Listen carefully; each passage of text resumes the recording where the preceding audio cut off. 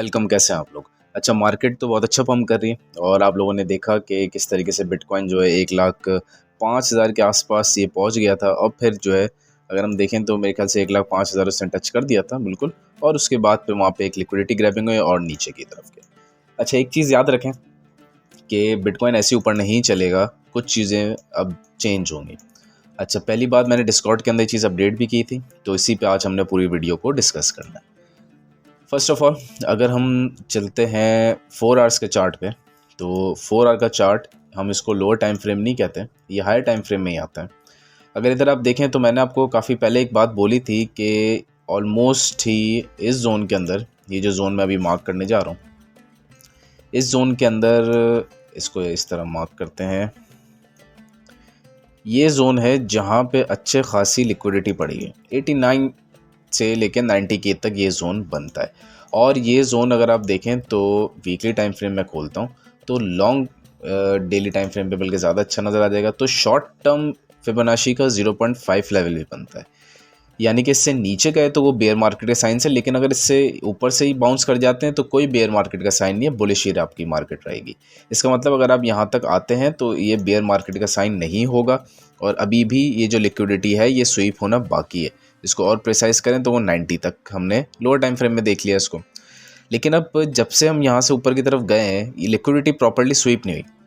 इसी के साथ अगर आप RSI देखें लोअर टाइम, बल्कि लोअर टाइम फ्रेम पे अगर हम RSI देखें 4 आवर्स पे, तो आपको नज़र आएगा कि RSI पे भी क्लियर डाइवर्जेंस बनना शुरू हो गई है। आप ये देखें, इसने हाई बनाया तो RSI ने भी हाई बनाया, बट उसने फिर एक और हाई, फिर दूसरा, फिर तीसरा, फिर चौथा, बट RSI ने उसके बाद कोई और हाई नहीं बनाया। RSI कंटिन्यूसली लोअर हाइज बनाता जा रहा है। ठीक है, अब क्या हो सकता है, ये चीज़ को आप गौर से समझें ताकि आप लोगों को पता हो और आप लोग बुलिश होके लॉस ना कर बैठें।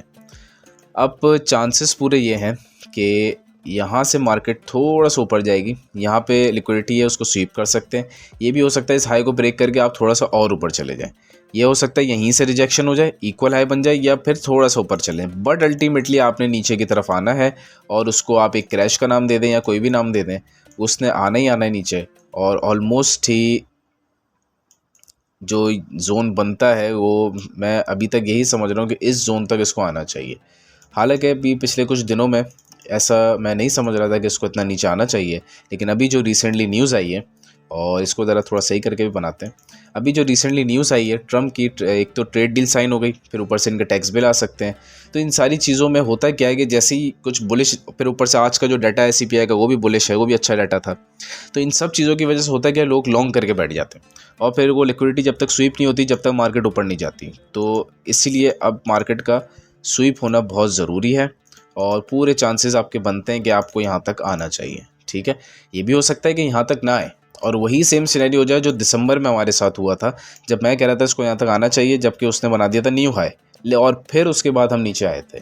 तो अगर तो ऐसा होता है कि ये अपना प्रीवियस हाई ब्रेक कर देता है और कुछ ऐसा होता है कि यहाँ से स्ट्रेट अवे प्रीवियस हाई को ब्रेक कर देता है, जो कि कर सकता है। लेकिन एक बात याद रखें, इसके अंदर जो RSI है वो क्लियर इंडिकेट कर रहा है कि इस वक्त सेलिंग प्रेशर ज़्यादा है, बाइंग प्रेशर कम है। तो इसने अल्टीमेटली गिरना तो है नीचे। अगर वो वहाँ से नीचे गिरेगा तो फिर बहुत ख़तरनाक हो जाएगा, लोग बुलिश हो जाएंगे, क्योंकि जैसे प्रीवियस हाई ब्रेक होगा लोग बाय करके बैठ जाएंगे और अच्छी खासी लिक्विडिटी स्वीप होगी। अब इसको मैं आपको दिखाता हूँ डेली टाइम फ्रेम पे, आइए ज़रा। और डेली टाइम फ्रेम पे ये आप देखेंगे किस तरीके का इसने यहाँ पे कारनामा हुआ है, क्या काम हुआ है। तो ये जो काम हुआ था यहाँ पे, फिर इसको स्वीप किया गया, ये देखें कितनी बड़ी विक थी और उसके बाद कितने दिन लग गए।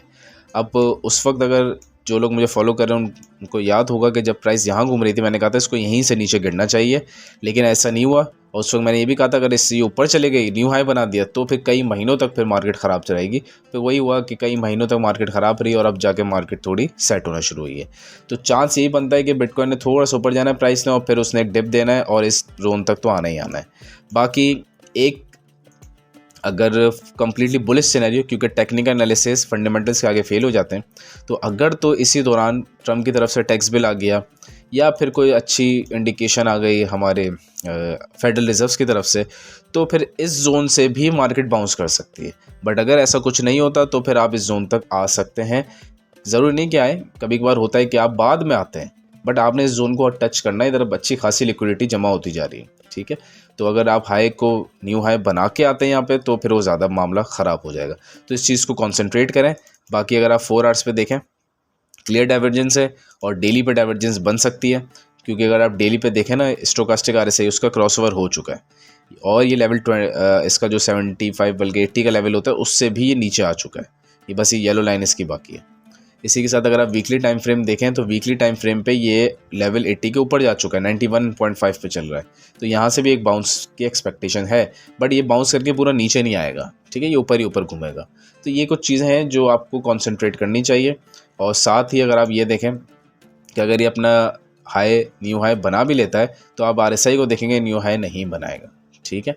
अच्छा, ये तो हो गई एक चीज़। दूसरा, अगर हम देखें USDT डोमिनेंस, क्योंकि ये बहुत ज़रूरी है आपके लिए।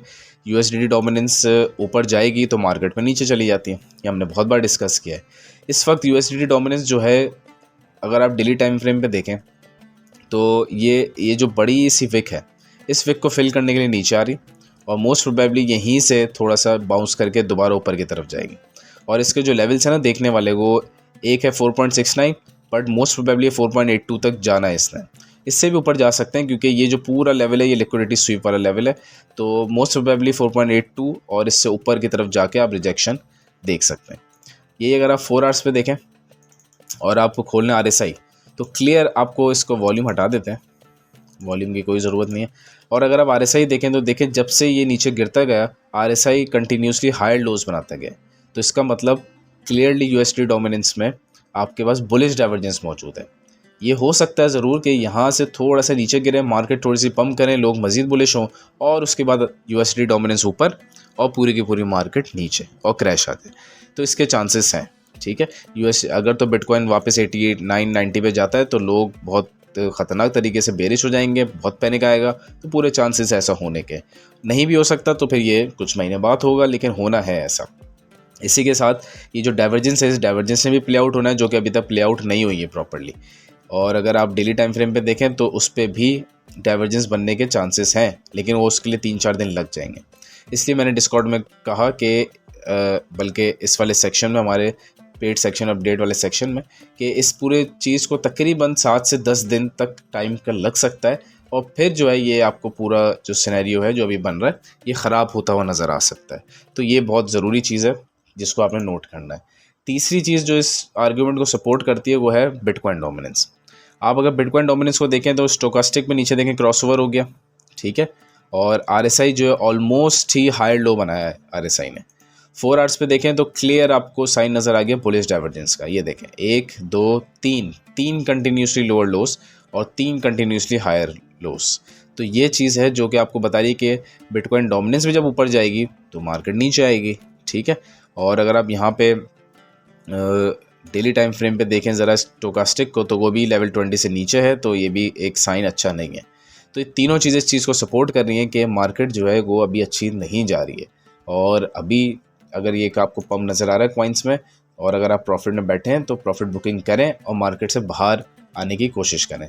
या अगर आपने स्पॉट भी लिया हुआ है तो स्पॉट वालों को तो मैं कभी नहीं कहता सेल करने के लिए, वो तो होल्ड करके बैठे रहें, ठीक है। बाकी फ्यूचर्स में अगर आप ट्रेड करें तो इन चीज़ों को देख के ट्रेड करें, क्योंकि ये आपको थोड़ा लॉस पहुंचा सकते हैं। इन सब के मुकाबले में इथेरियम जो है वो बहुत स्ट्रांगली प्ले कर रहा है, बट इथेरियम में भी वीकनेस आहिस्ता आहिस्ता नज़र आना शुरू हो गई है। ये देखें इथेरियम जो है, ये इथेरियम आपको नज़र आ रहा है कि इसने भी जो है इस हाई के बाद एक और हाई बनाया और फिर एक और बनाया, 2 हाईस बनाए, बल्कि अब ये तीसरा हाई बनाया, बट उसका जो RSI है वो कंटिन्यूसली लोअर हाई बनाता जा रहा है। तो इथेरियम ने भी गिरना है।